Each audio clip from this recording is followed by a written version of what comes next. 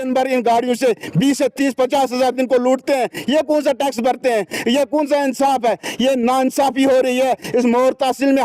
हद से ज़्यादा जो नाइंसाफी हो रही है वो ट्रांसपोर्ट में हो रही है, क्योंकि ये गरीब लोग जो आज पैदा होगा उसको भी इस दुनिया में सांस लेने का हक है, कि हर इंसान को रोजी रोटी कमाने का हक है। इसका मतलब मैंने 20 साल पहले दुकान खोली, आज जो खोलेगा वो उसको हम खोलने नहीं देंगे। ये इंसाफ ही नहीं है। अस्सलाम वालेकुम, आदाब नाज़रीन, आप देख रहे हैं जेके अपडेट। मैं हूं बहारदीन वानी।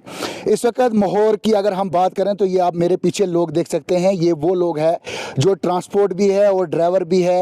ये बेरोज़गार यूथ है जिन्होंने लोन पर गाड़ियां उठाई थी और गाड़ी इसलिए उठाई थी कि इनका रोज़ गुजार चले।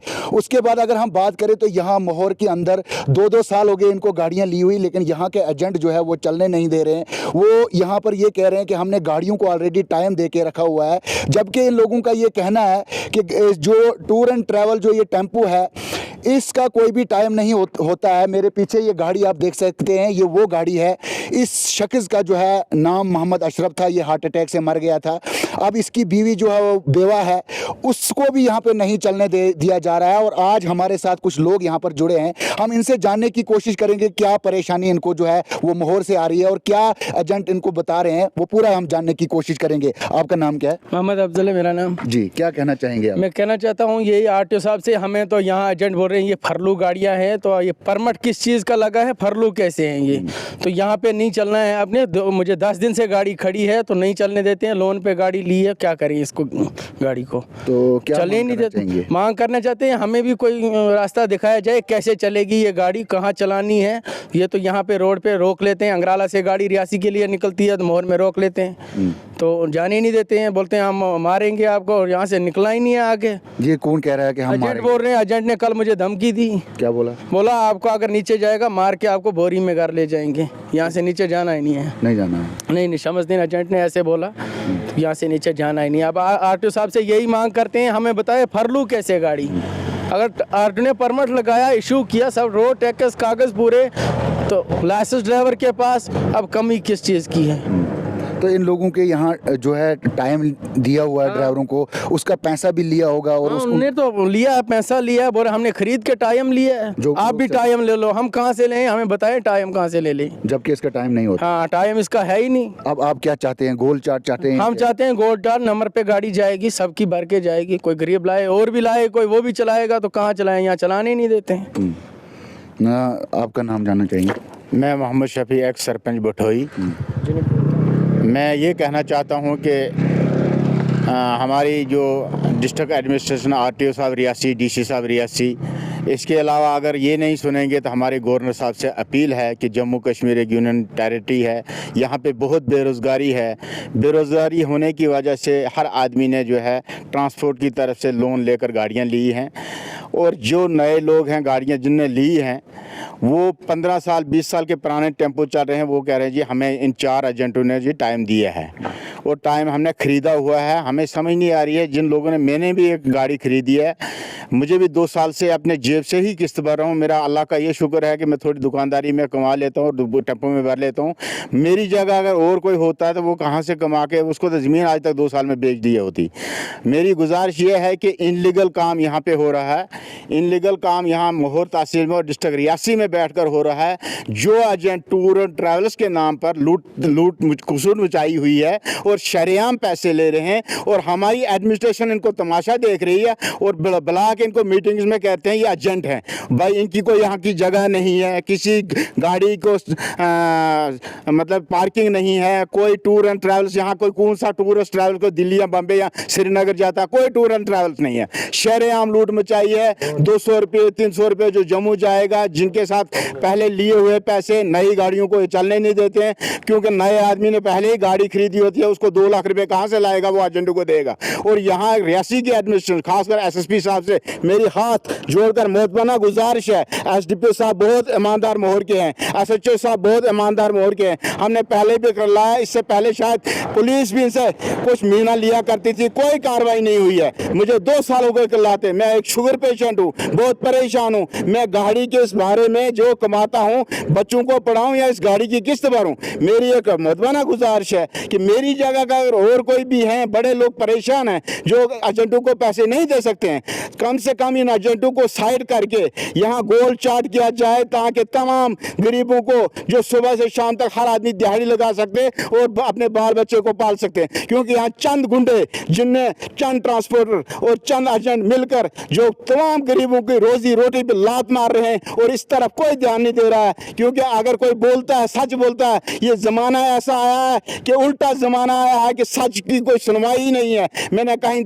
बार एजेंट साहब महतमा से गुजारिश की, जो हमारा प्रेसिडेंट नज़ीर यहाँ बना है उसने कहा कि मैं अगले महीने गोल चार्ट करूंगा, दूसरे महीने करूंगा। 2 साल से मुझे वो भी चक्कर में चला रहा है कि मैं गोल चार्ट करने वाला हूँ, मैं गोल चार्ट करूंगा। आज वो एजेंट नहीं आया, ये एजेंट नहीं आया। इन एजेंटों को कौन से लाइसेंस गवर्नमेंट ने देकर रखी है? दिन भर इन गाड़ियों से 20 से 30-50 हज़ार दिन को लूटते हैं। ये कौन सा टैक्स भरते हैं? ये कौन सा इंसाफ है? ये नाइंसाफी हो रही है इस मोहर तहसील में। हद से ज्यादा जो नाइंसाफी हो रही है वो ट्रांसपोर्ट में हो रही है। क्योंकि ये गरीब लोग जो आज पैदा होगा उसको भी इस दुनिया में सांस लेने का हक है कि हर इंसान को रोजी रोटी कमाने का हक है। इसका मतलब मैंने 20 साल पहले दुकान खोली, आज जो खोलेगा वो उसको हम खोलने नहीं देंगे। ये इंसाफ ही नहीं है। इस तरफ अफसरों का कोई ध्यान नहीं है। हमारे एमएलए साहब को मैंने एक दफा फोन किया, उसने भी इस पर कोई तवज्जो न दी। मेरी मोहतबाना गुजारिश है आरटीओ रियासी, मैं ट्रांसपोर्ट कमिश्नर से हाथ जोड़कर मोहतबाना गुजारिश करना चाहता हूं कि इस मसले में देखा जाए कि रियासी मोहर में जो ये एजेंटों ने गर्दारी मचाई है, ना तो कोई किसी किस्म का टैक्स भरते हैं, ना कोई किसी गवर्नमेंट को हिसाब देते हैं, ना किताब देते हैं। और ये ट्रांसपोर्ट जो पहले मारा होता है वो गाड़ी लेकर गलती से ले लेता है, उसको नहीं पता मुझे इंटरेस्ट कितना चढ़ेगा, मुझे रोड की फीस कितनी देनी है। वो मर चुका होता है और उसके बाद जो उसको खुदकशी करनी पड़ती है। मेरे एक पंचायत का मोहम्मद अशरफ नाम का एक लड़का था जिसने 19 लाख रुपए इस गाड़ी पे केस है, बाकी भी गाड़ियों के केस है, उसको 50 लाख रुपए कर्जा था, वो हार्ट अटैक से मर गया। और आज मुझे इसलिए बोलना पड़ा कि मेरी गाड़ी को दफा करो, बाकी वालों को दफा करो। जो बेवा औरत है जिसके 4 बच्चे पढ़ रहे हैं वो कहाँ जाएंगे? वो किसकी माँ को मासी कहेंगे? और जो उसका अशरफ का भाई बीवी थी, उन्होंने कहा चलो किस्तों पर गाड़ी चलाओ ताकि हमें घर से जमीन ना बेचना पड़े, और इसके साथ नाइंसाफी करें। इसलिए मुझे बोलना पड़ा, सच के लिए बोलूंगा, आवाज उठाऊंगा। इसीलिए मैं मोहतबाना गुजारिश तमाम एडमिनिस्ट्रेशन से करता हूँ, मोहर से लेकर डिस्ट्रिक्ट रियासी से लेकर कमिश्नर साहब से तक मेरी मोहतबाना गुजारिश है कि इस पर गौर और फिक्र किया जाए। अगर ना किया तो कोई खुदकशी करेगा, इसके जिम्मेदार आरटीओ रियासी और डीसी साहब रियासी होंगे। शुक्रिया, खुदा हाफिज। मेरा नाम गणेश सिंह है जी।